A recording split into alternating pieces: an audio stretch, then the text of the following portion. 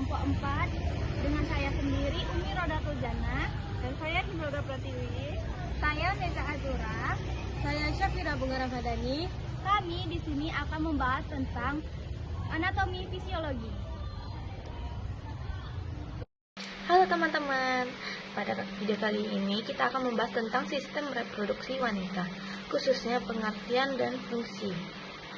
Sistem reproduksi perempuan adalah sistem organ dalam tubuh wanita yang berfungsi untuk menghasilkan sel telur atau ovum, menerima sperma, serta menjadi tempat tumbuh dan berkembangnya janin.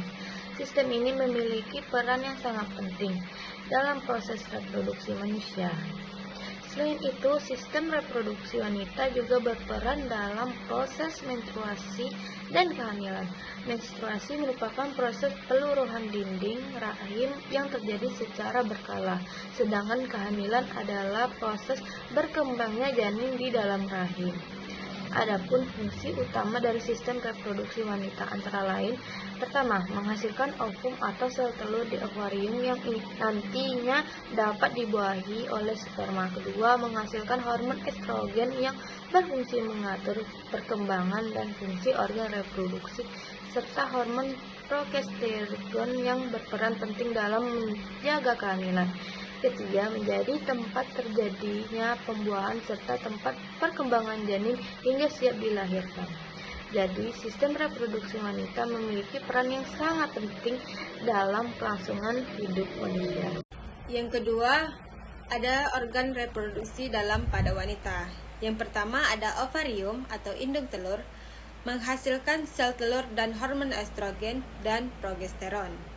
Yang kedua ada tuba falopi atau saluran telur, saluran tempat sel telur berjalan dan tempat terjadinya pembuahan.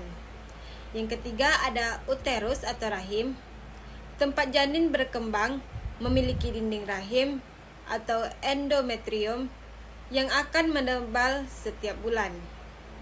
Yang keempat ada serviks atau leher rahim, pintu masuk ke rahim, menghubungkan uterus dengan vagina. Selanjutnya yang ketiga ada organ reproduksi luar yang terdiri dari yang pertama vagina, yaitu saluran yang menghubungkan organ luar dan organ dalam, berfungsi sebagai jalan masuk sperma, jalan keluarnya darah menstruasi, dan jalan lahir bayi. Kemudian yang kedua ada vulva, yaitu bagian luar terdiri dari labia mayor dan minor untuk melindungi organ reproduksi, dan klitoris, bagian sensitif yang berperan dalam rangsangan. Organ luar ini berfungsi untuk melindungi organ dalam dan membantu proses reproduksi. Wanita yang memasuki masa pubertas akan mengalami menstruasi. Maka bagaimana proses menstruasi itu terjadi? Ini adalah organ reproduksi perempuan. Sel telur atau ovum dihasilkan oleh ovarium. Setelah matang, sel telur akan dikeluarkan dari ovarium. Dikenal juga dengan peristiwa ovulasi. Pada waktu yang bersamaan dengan ovulasi, dinding rahim akan menjadi tebal.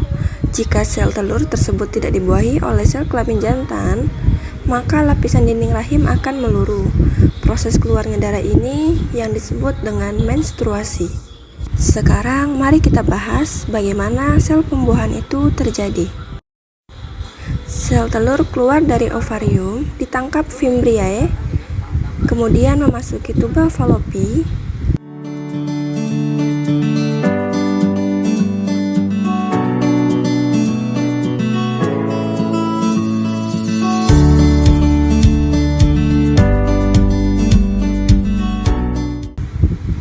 Jutaan sperma dihasilkan dalam sekali ejakulasi saat puncak senggama.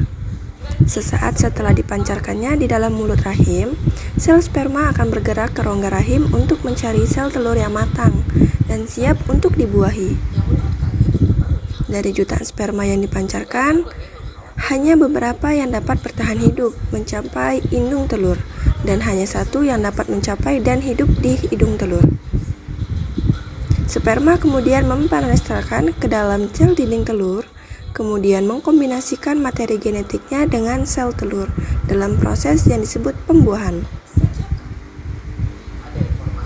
sel telur yang telah mengalami pembuahan selama perjalanannya menuju rahim, zigot akan mengalami beberapa pembuahan.